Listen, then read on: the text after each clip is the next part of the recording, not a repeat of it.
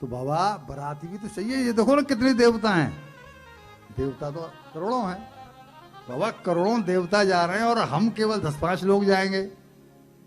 बाबा हमारी बदनामी नहीं होगी? तो ऐसा है क्या?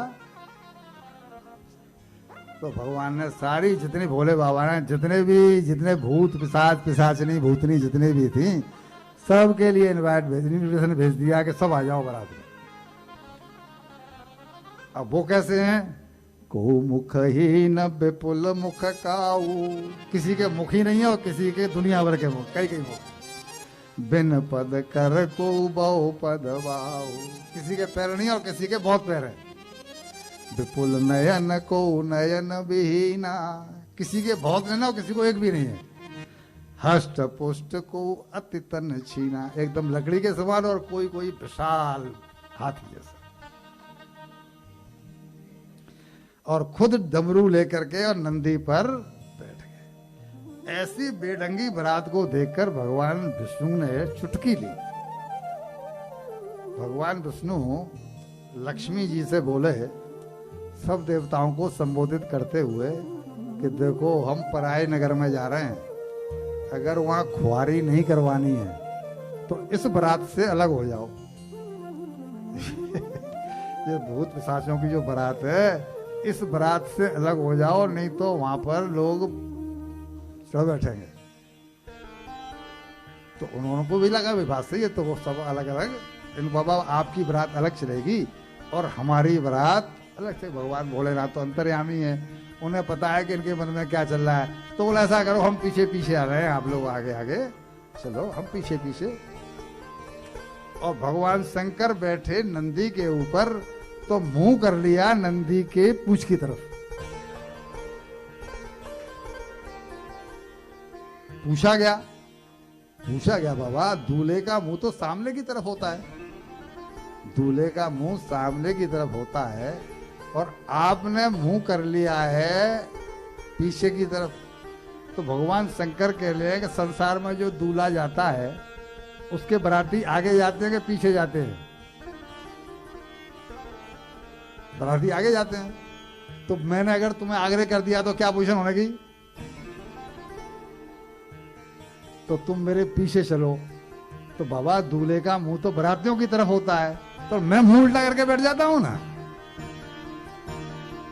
भोले बाबा मुंह उल्टा करके, अब भोले बाबा के शरीर पर केवल मृग छाला है, केयर बाछा लगाए, मतलब सिंह की छाल पहनी हुई इन्होंने। उधर स्वागत समिति का गठन किया गया। कहां? हिमबान जी के यहां स्वागत समिति का गठन हुआ कि भाई बारात की अगवानी के लिए जो लोग जाएंगे वो समिति में अनिल जी होंगे, रमेश जी होंगे, राजेंद्र जी होंगे, बाबूलाल जी होंगे, गोविंदा जी होंगे और हवेलिया जी होंगे। ये सब समिति के मेंबर बना। अब उन्होंने भेजा बच्चों को कि जरा देख करके आओ कि बारात का कोई और शोर कहीं दिखाई पड़ रहा है क्या। तो बच्चे गए, जिम्मेदारी संभाली किसने? बारात की खातिरदारी की रिद्धि सिद्धि। ये प्रसंग राम जी के जो बारात जाएगी ना उसमें भी आएगा।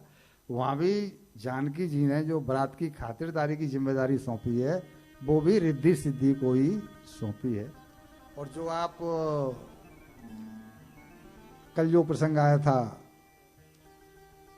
जो मुनि के यहाँ, भारद्वाज मुनि के यहाँ जो आप लोग गए थे, उनके यहाँ भी जो सेवा की है भरत जी की, जब वो गए हैं मिलने के लिए भगवान राम से, तो उनके यहाँ भी रिद्धि सिद्धि नहीं, उनकी खातिरदारी। रिद्धि सिद्धि आपके जीवन में है तभी ये अनुकूलता है, तभी संपन्नता है। रिद्धि सिद्धि मीन्स रिद्धि सिद्धि संपत्ति। रिद्धि सिद्धि भगवान गणेश की पत्नी है।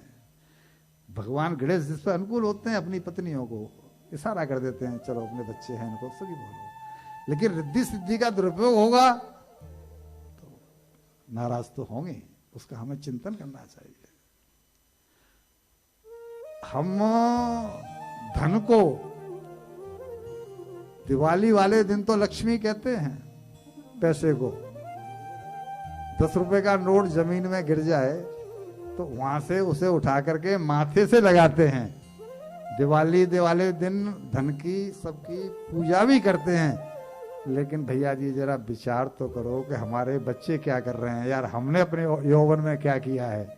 उसी लक्ष्मी को हम क्लबों में जा करके और काले सिर वालियों के मूड वालियों के गले में न्योछा भर में उड़ा रहे हैं। ये रिद्धि सिद्धि का अपमान नहीं है तो क्या है? क्या आज वो लक्ष्मी मैया नहीं है?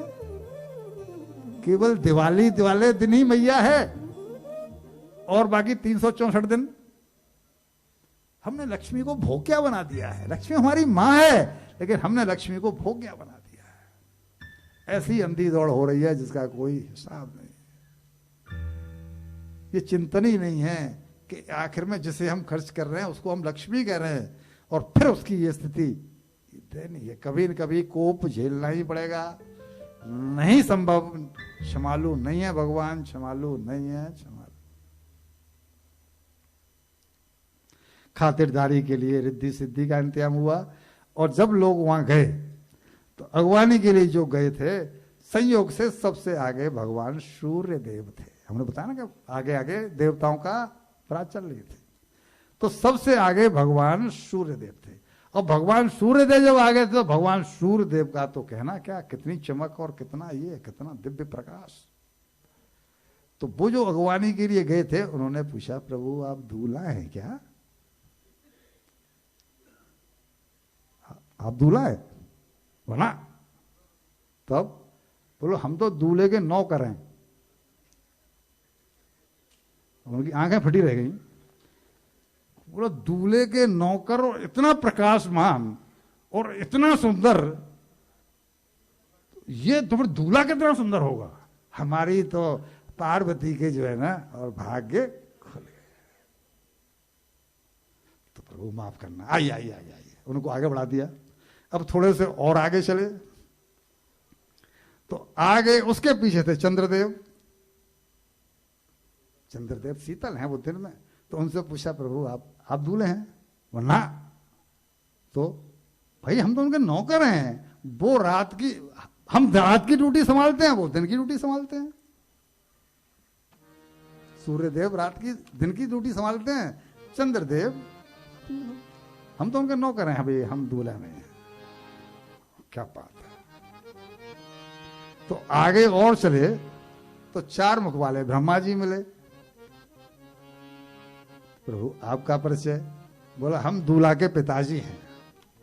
ब्रह्मा जी हम दूल्हे के पिताजी हैं। अब वो चक्कर में पड़ गए कि भाई दूल्हा के बाप के 4, इसके बाप के जब 4 मुख है और कहीं दूल्हा के भी 4 है, जैसा बाप वैसा बेटा, तो ये तो गड़बड़ हो जाएगा। यानी अभी थोड़ी देर पहले सुख हो रहा था और अभी थोड़ी देर में ही दुख हो गया। ये जीव का स्वभाव है। जरा सी अनुकूलता में हम फूल के कुप्पा हो जाते हैं और जरा सी प्रतिकूलता में फूल के ऐसे पिचक के ऐसे हो जाते हैं जैसे कि कुछ है ही नहीं। आगे बढ़े तो विष्णु जी मिले। विष्णु जी की सुंदरता बहुत ज्यादा है। तो प्रभु आप दूल्हा हैं? और ना हम तो दूल्हे के मित्र हैं। तो वो बड़े खुश हुए कि भाई जब इतने सुंदर उनके मित्र हैं तो हो सकता है वो भी सुंदर हो। बोला दूल्हा पीछे आ रहा है, पीछे पीछे पीछे, और अपनी सवारियां आगे और आगे। तो जैसे ही वो दूल्हे के पास पहुंचे तो क्या देखा कि एक नंग धड़ंग आदमी और उल्टा एक बैल पर बैठा हुआ। तो वो घबरा गए। गले में सर्प, आगे सर्प, यहां सर्प, वहां सर्प। वो घबरा गए और भूत पिशाचों की जो टोली भागी तो भाग खड़े हुए और घर जाकर दरवाजा बंद। अरे बोले क्या हुआ?